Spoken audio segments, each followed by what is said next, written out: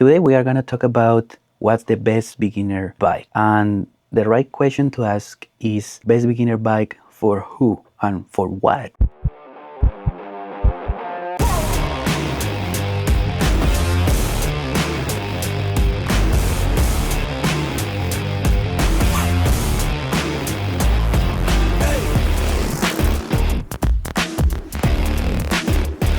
Hi riders, today we have red background because I know that you love Ducati or Hondas and your dream is a Honda or a Ducati, so we are red for you today. I have been a rider coach for already 2 years here in the USA, like a certified rider coach, and I have seen very interesting things. One of them is like students come and ask what's the best beginner bike, or like people is recommending on social media everywhere, like a 400cc 500, like a Ninja 400, Ninja 500 as the best beginner bike.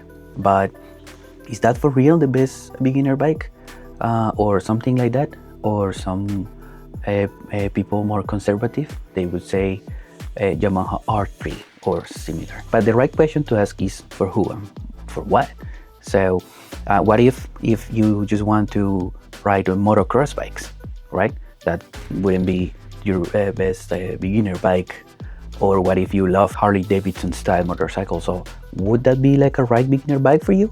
That's a really interesting question, right? So right beginner bike for what? So usually people recommend these 400, 500 or 300 here in the US as the best beginner bike, but always thinking about road, right? Like regular, what is on trend, what is more popular. But in fact, those are not the best beginner bikes in general for people that is interested in riding a motorcycle for so many reasons that I'm going to cover here in this video. For some, I'm gonna be the voice of your conscience. So hopefully this video meets its purpose, which is to make you to think about it and reflect about what would be the best beginner bike for real, for you or in general. So let's start with some preliminaries, something really important, which is your height. So how tall are you, right? So this is key, really important, because if you start riding on a bike that is too tall, you are going to have problems. Second, we can say that your weight, or how strong are you in general terms. So is this bike too heavy for you? That's an interesting question, right? And what would be the limit? What would be that limit that say, no, this bike is too heavy for you or is too big, right? So that doesn't apply for everybody in the same way, right? The same manner, because we all are different. Our legs are different. Our weight is different. Our body is different. Something additional is like the bike itself, how big it is, right? But now the engine, how big is that engine? So everybody think that the bigger the bike, the better. And why? Like a lot of people dream with a Ducati B4 or a R1 or a CX-10R, things like that. But yeah, I know it's aspirational. Everybody wants a big bike, something that screams, that is super noisy and looks really good. But that's just what you see, what you want to be look like. That people see you like that and they are, oh my God, this guy is amazing. He looks amazing on that motorcycle. But do you think that for real, you are going to explore all of that potential of that motorcycle on the road? That doesn't make any sense. Usually those big bikes, like something that big, is overkilling for the street. The bike is gonna suffer. It's gonna get super hot. You are going to suffer because you have all of that bike, all of that weight below you, and it's super hot. It wants to go fast, and you are not allowing it to. You are forcing it to be on a stoplight going under 50, 60 miles per hour. So think about it. What is important is like I can transmit the message here, and it's the beginner bike, right? So I started with a 135cc motorcycle, and that motorcycle was 14 horsepower. That was an amazing bike. I was able to go from point A to point B I was happy I could carry passengers there. It was a lot of fun. It was a really nice bike. It was perfect for the purpose. Learn motorcycle, use it for what I needed. That was to go to different places in the city that I was living at, and sometimes, once in a while, have some fun. So that's the thing. That motorcycle humbled me many times. I was able to make mistakes, drop the bike a couple times, face many things that I was able to learn because I was a beginner. I was learning, and I took the time to learn on that motorcycle. But now, what would you expect if you see a person on a 400cc motorcycle that is bigger, heavier, and more? The thing is, like, the curve is a little upset there, the learning curve, because for sure, trust me, that's already a big motorcycle. 400cc is big. 500cc is big.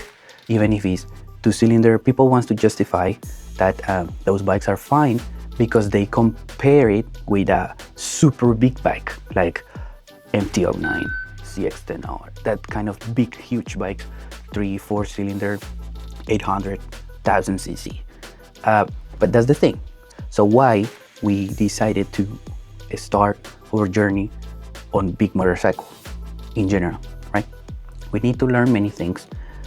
We need to get certain skills, and the bigger the bike, the less we can do this the right way, okay? So I understand that people also justify that, no, I need a big bike to start my journey because here the speeds are higher, the highways, and blah, blah. So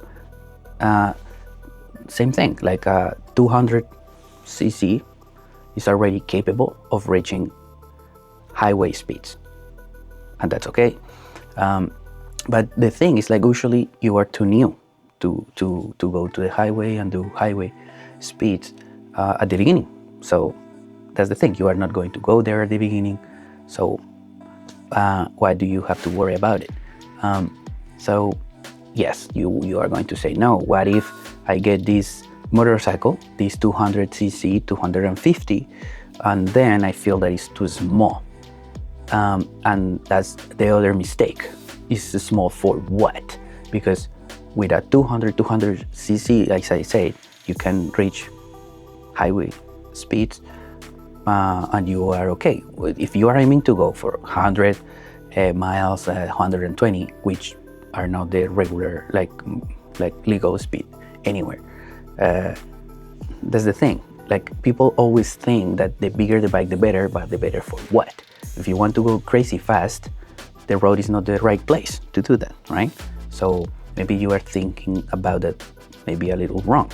Of course, you are allowed to get the bike wherever you want, because you can afford it, but that doesn't mean that that's the right bike for starting your journey.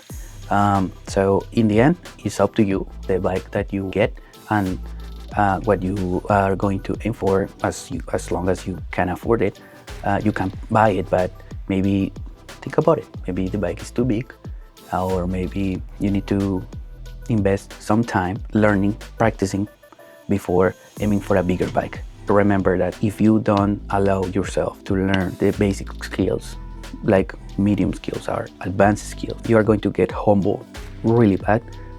In best case scenario, sometimes you are going to get to the hospital and things like that. And it's not a contest. Nobody's going to give you a prize for how many stitches or broken bones you have.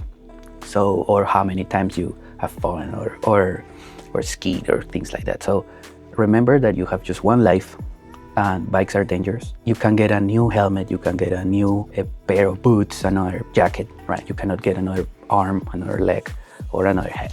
So remember that your body is very valuable.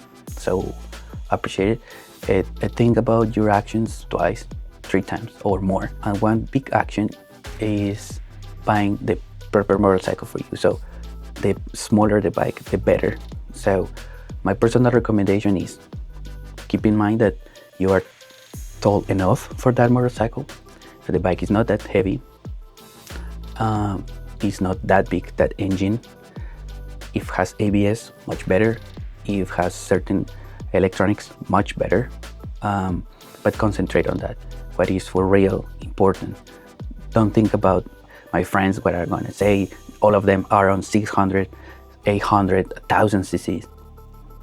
That's not important as long as you learn, right? As long as you are doing your process, your personal process, that you are doing your personal journey and doing everything the right way, okay? I think that's it for this video. I'm gonna keep posting videos about motorcycles, skills, and more things. So the goal is to grow as a channel. I hope that I can get your support. So please subscribe and give your like. And I hope that I can see you in the next one. See you later. Take care.